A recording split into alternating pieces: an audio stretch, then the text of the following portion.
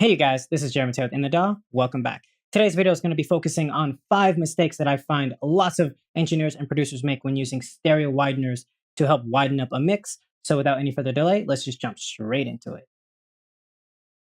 Let's start off with mistake number 1.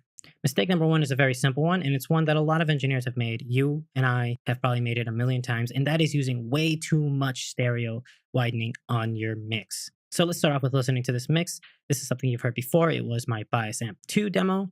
And let's see what it sounds like without any processing on my master bus.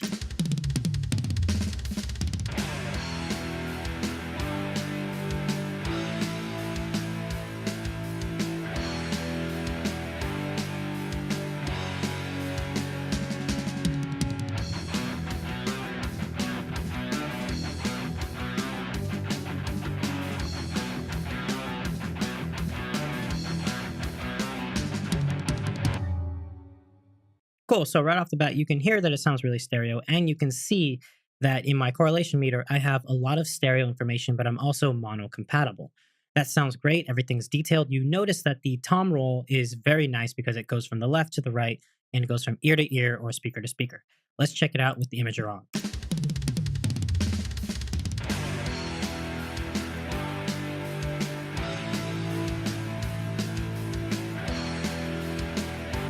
Right off the bat, the guitar now sounds like it's wobbling left to right. The kick drum now sounds like it's lost a lot of impact.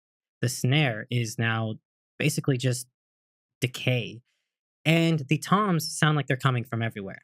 It's ruined the mix. And that's what stereo imagers do, is they change the overall balance and width of your mix. So this is something you either need to use before you mix, like top down style, or this is something you need to do in a different section.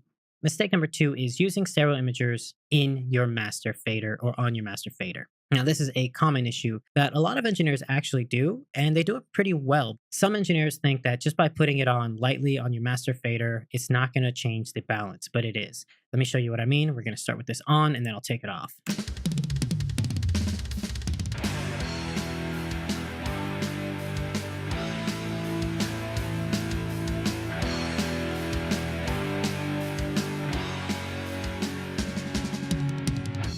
The first thing you'll notice is, again, our low end is now starting to sound flubby. It no longer has a distinctive point of view, and low end isn't very directional to begin with. So the fact that we've lost the little directional sense of space that we had is kind of a bad thing.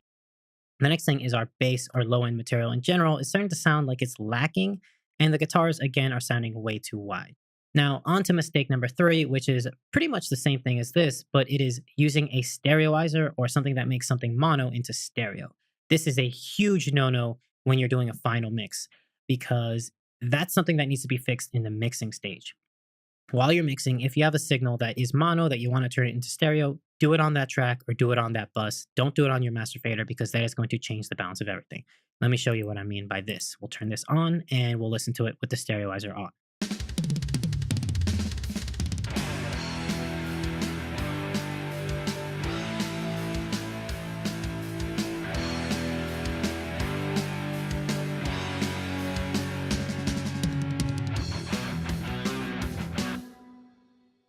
Really focus on the snare. Go back and listen to the snare with it on and then off. You'll notice that the snare now sounds like it's occupying this weird sense of space where it's wobbling sometimes, where it'll hit and then it'll lean to the left. That's a huge issue with stereo imagers that widen out something that was originally mono. It's going to add some flutter to it just to make it sound more realistic, and that's something you don't want on your master fader. So mistake number 3, using stereoizers on the master fader. On to mistake number 4. This is another mistake that a lot of people do, and that is making everything wide in stereo. And so for that, we're going to use the stereo imager on every single channel on the submix. They're set a little bit differently on each one, but they're all doing the same thing. I have the Vumped Deluxe under it just to compensate for the volume gain. So here we go. This is the mix with everything widened out, and then we'll turn it off so you can hear the difference.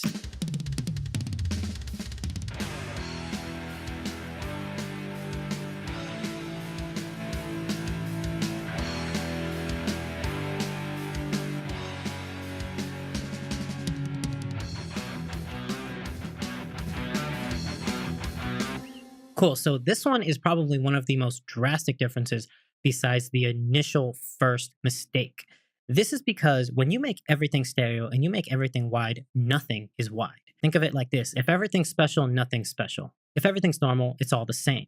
So if you make everything wide and stereo, all just going to be the same thing. So this is a common mistake that's pretty easy to fix because this allows you to select specific things that you want to widen out and only widen those out. Let's solo up the guitars, listen to them play. We'll go for somewhere around here.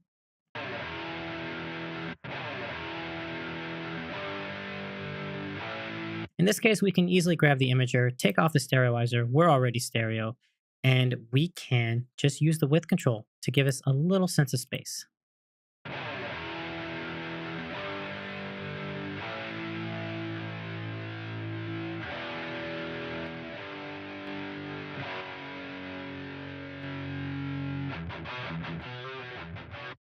And then I can go to Vumped and just bring it up by like a dB. And now we have a wider sounding guitar.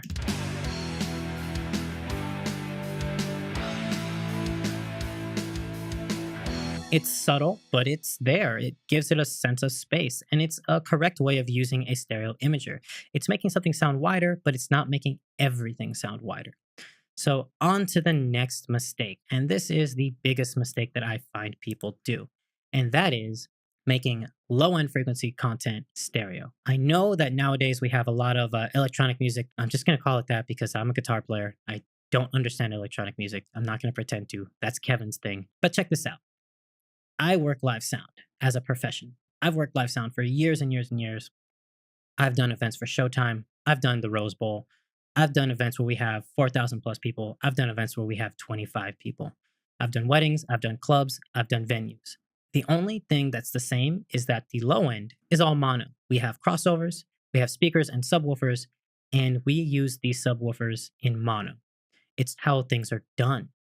In movie theaters, you might have a surround sound setup. The low frequency content is all mono. So if you're planning on having your mix played in a club or in a venue or at a stage, it's going to be played in mono.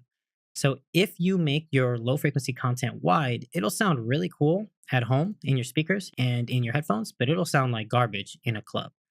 So let me show you what this bass sounds like. Nothing special. It's a metal bass. It's supposed to sound hairy and dirty and nasty. That's because it's metal. Nothing is really crazy detailed about the low end in metal. But with the stereo imager, it sounds really cool, actually. I like the way it sounds.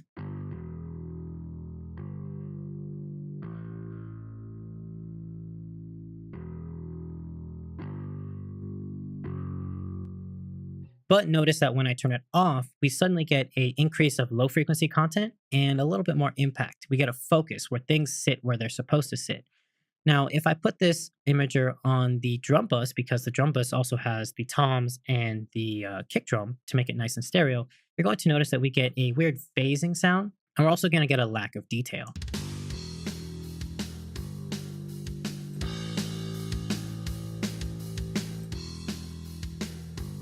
And what this is going to do is make the mix sound less full. Let's check out the mix with it on, and then we'll turn it off.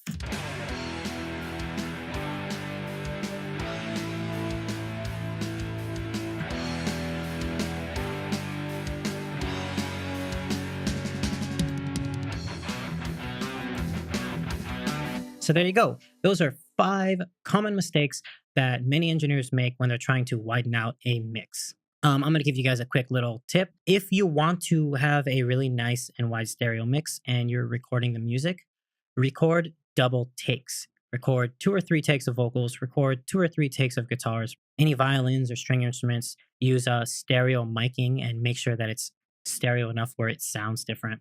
Try to do multi-mic drums, and you can get a really wide mix without any of that stuff. So with that said, that's going to be it for this video. I'll see you guys in a couple seconds. All right, you guys. So that was 5 mistakes that I find a lot of engineers and producers do when trying to widen up a mix and help thicken things up using stereo wideners. Stay tuned because we're going to have another video where I'm going to show you a couple of tips you can do in the production and recording aspect to help make a thick and full sounding rock mix. So stay tuned for that. This is Jeremy with In The DAW, and I'll see you guys next time.